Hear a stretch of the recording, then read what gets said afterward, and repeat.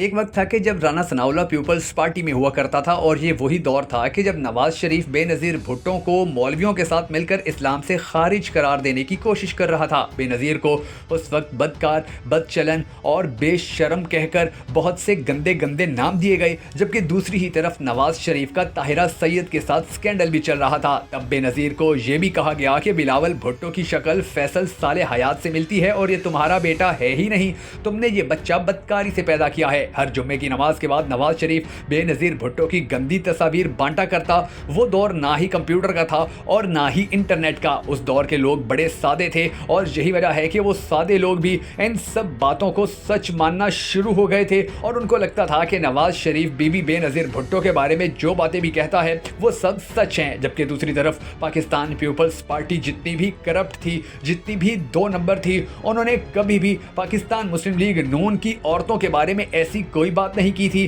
ان کی کوئی گندی تصویر وائرل کرنے کی کوشش نہیں کی تھی۔ حتیٰ کہ اس وقت مریم نواز کے کیپٹن صفدر اور نواز شریف کے طاہرہ سید کے ساتھ ہونے والے سکینڈلز بھی منظر عام پر آ چکے تھے، مگر پاکستان پیپلز پارٹی نے اس چیز سے سختی سے اپنے تمام لوگوں کو منع کر رکھا تھا کہ ان کی خواتین کے بارے میں کوئی بھی کسی قسم کی بات نہیں کرے گا۔ اسی زمانے میں رانا ثناءاللہ جو پاکستان پیپلز پارٹی میں تھا، مریم نواز کے کیپٹن صفدر کے ساتھ سکینڈل کے بارے میں کہا کہ کیپٹن صفدر اپنی ساس کے ساتھ بھی بدفعلی کرتا ہے۔ کیپٹن صفدر خوش قسمت ہے جو دو شفٹیں لگاتا ہے، ایک مریم نواز کے ساتھ اور دوسری اس کی والدہ کے ساتھ۔ پھر بے نظیر بھٹو کو جب رانا ثناءاللہ کی اس بات کا بتایا گیا تو بے نظیر بھٹو نے فوراً ہی رانا ثناءاللہ کو یہ کہہ کر پارٹی سے نکال دیا کہ مجھے ایسے شخص کی ہرگز ضرورت نہیں ہے جو کسی کی ماں، بہن یا بیٹی پر اتنے گندے الزام لگائے۔ پھر رانا ثناءاللہ نون لیگ کے اندر اس وعدے پر چلا گیا کہ وہ بے نظیر بھٹو کے خلاف گندی ترین کمپین چلائے گا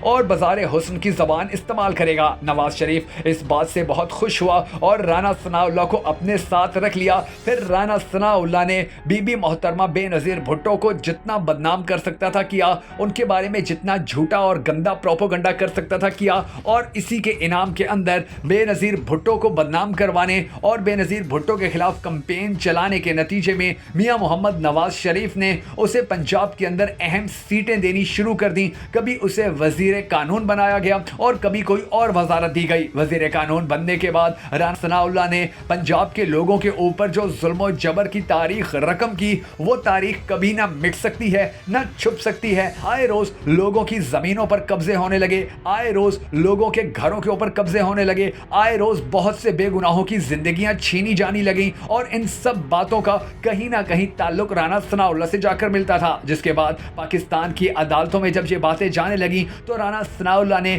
میاں محمد شہباز شریف اور میاں محمد نواز شریف کے ساتھ مل کر عدالتوں کو بھی نہ صرف بلیک میل کیا بلکہ ایسے تمام کیسز ختم کرنے میں کامیاب رہا کہ جس کے اندر ٹھوس ثبوت کی بنیاد پر رانا ثناءاللہ کو سخت اور لمبی قید کی سزائیں دی جا سکتی تھی۔ رانا ثناءاللہ نے اس کے بعد زیادہ طاقت کا مظاہرہ کرتے ہوئے امیر لوگوں پر بھی ہاتھ ڈالنے شروع کر دیے اور اپنے غنڈوں اور اپنے ایسے لوگوں کے ذریعے ان کی زندگیاں چھیننی شروع کر دیں کہ جو لوگ رانا ثناءاللہ کی بات نہیں مانتے تھے، اپنا پلاٹ عزت سے اس کے حوالے نہیں کرتے تھے، اپنے گھر کے اوپر قبضہ کرنے کے اندر مزاحمت کرتے تھے، یا اسی طرح کی اور بہت ساری باتیں کرتے تھے جو رانا ثناءاللہ کو پسند نہیں ہوا کرتی تھی۔ مگر ظلم کبھی نہیں چھپتا ہے، اور ظلم کرنے والے کا چہرہ ایک نہ ایک دن دنیا کے سامنے آتا ہے۔ آہستہ آہستہ وقت بدلنا شروع ہوا اور رانا ثناءاللہ کے خلاف کیسز چلنا شروع ہو گئے، جس کے بعد رانا ثناءاللہ کی وہ تمام تر باتیں سامنے آنے لگیں، وہ تمام تر مظالم سامنے آنے لگے